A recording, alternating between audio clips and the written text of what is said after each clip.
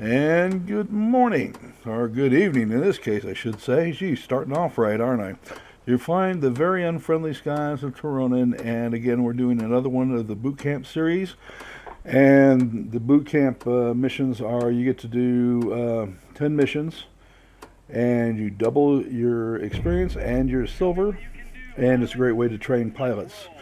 And I wanted to take a little bit of time and show that not all the fun is in the uh, late tiers. In fact, in a lot of ways, I've always considered this the most fun of all tiers. So we have the Arado 67, and this is another weirdy aircraft. It never really got that far. And the reason it didn't get that far was it had a stablemate called the AR 68 by the same company, of course, and it was much more successful than the 67, but they chose this one for some strange reason. And that's where it ended at. Historically, they made a few of these and then development stopped when the Arado 68 was so much better in almost all regards.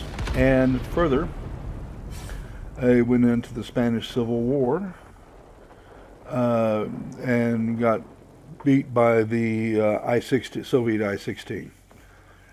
Well, that's great, but as far as this aircraft goes, it's nimble, it's quick, it's able to compete with anything out there, and so we'll have some fun today.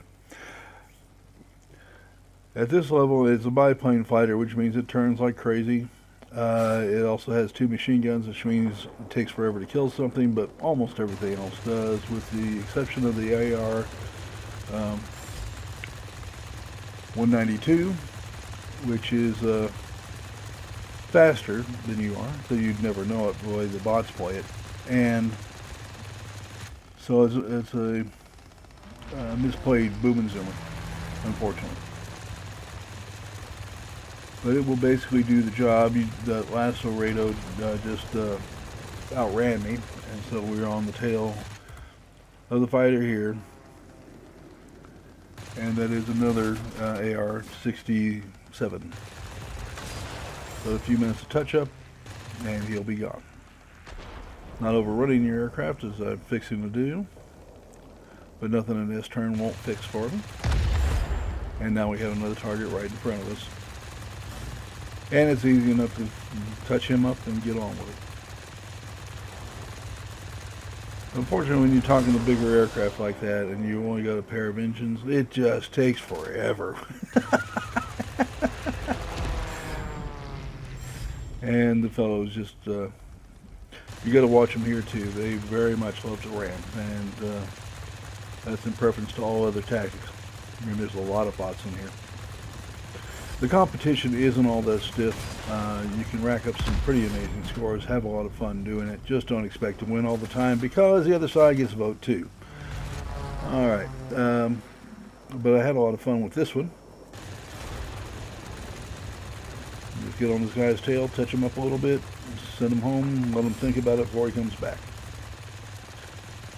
I want that center position for the team. This is one way to get it for us.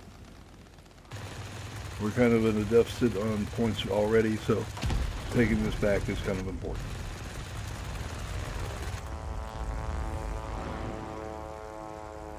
What we're trying to do is reverse the teeter-totter here a little bit.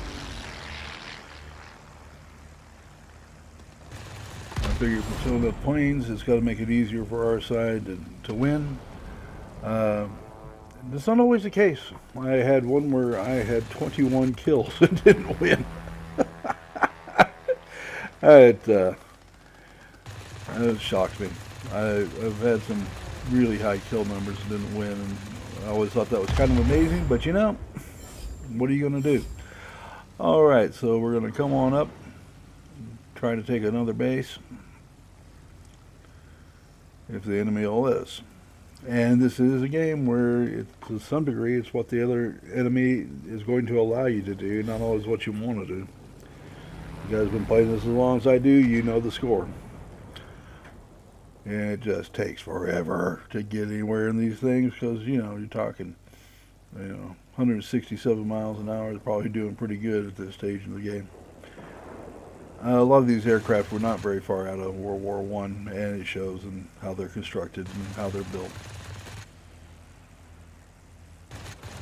And getting used to, getting under 1,400 feet to make to get an effective range does take a little bit more to get used to. All right, looks like we got this one wrapped up. We'll be looking for our next one.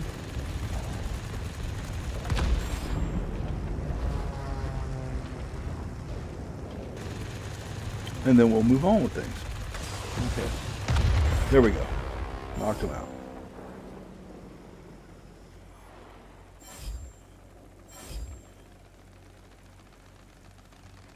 And I remember panicking, thinking I was going to hit my flaps and everything, and then I remembered how slow I was flying. So I decided I'd just concentrate on beam attacks because I haven't got that much health on this particular aircraft. Giving the tail gunner any more of a chance than he absolutely deserves is a mistake. Now when you're down a third of your points already and you still got a long game to go. Alright, we have almost caught up on points at this point in the game.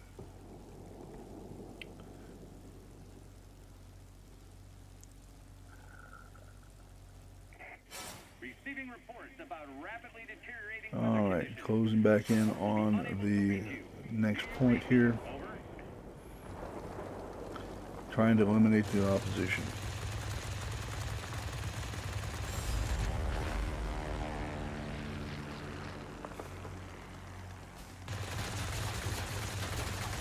And almost done. Come on, baby. Give me a little lead. Back around again. And about this time I get to figure out that there's actually a division, because I didn't look earlier, who was working against me. So they're in voice contact. I'm sitting there playing solo here. And get killed by his partner, Tuscan. Nice job, by the way. Don't blame him a bit. I'd do the same thing if I'd had the opportunity. But yeah, I should have been looking at the player screen a little closer, and I would have realized the two of them were cooperating.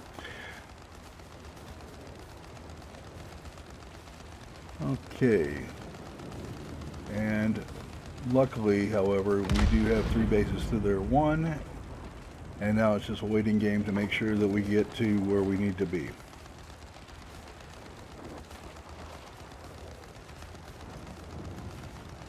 And it's out of my hands.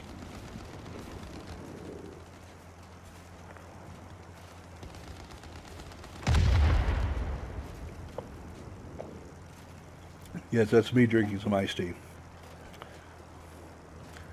And if you wonder why I have to drink iced tea, you try talking into a mic for, 10-15 minutes straight with not a break, and you'll understand that your throat will get a little dry. Alright, so we're moving along here, just waiting for this to play out. And I wish I'd hit the escape key a few more times so you can see what was happening, but I didn't. Well, something to learn for next time. Hopefully I won't be waiting out the results unable to affect it like I did this time. But there we go. Alright, 11,575 points, came in second on the winning side, which is always a good thing. Let's go to the hangar and we'll see what we did here.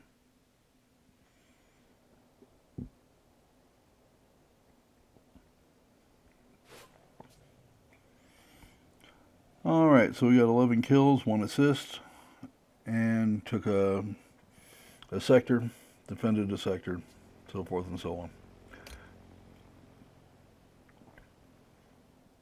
Not much to say, all the stuff on the left is the standard stuff. Did get almost 5,000 experience points and over 75,000 experience points from a tier 2 match, which you don't normally expect, and you'll see our friends in the division there. Alright, the rundown on this, airspeed is right around 175 if I remember correctly, and Well, actually a little faster than that. Okay, so you can read that as well as I can. But this is a fun plane. It's certainly competitive at Tier 2 and able to hang with any of them. And at that point, we're going to call it a day. Good luck and goodbye.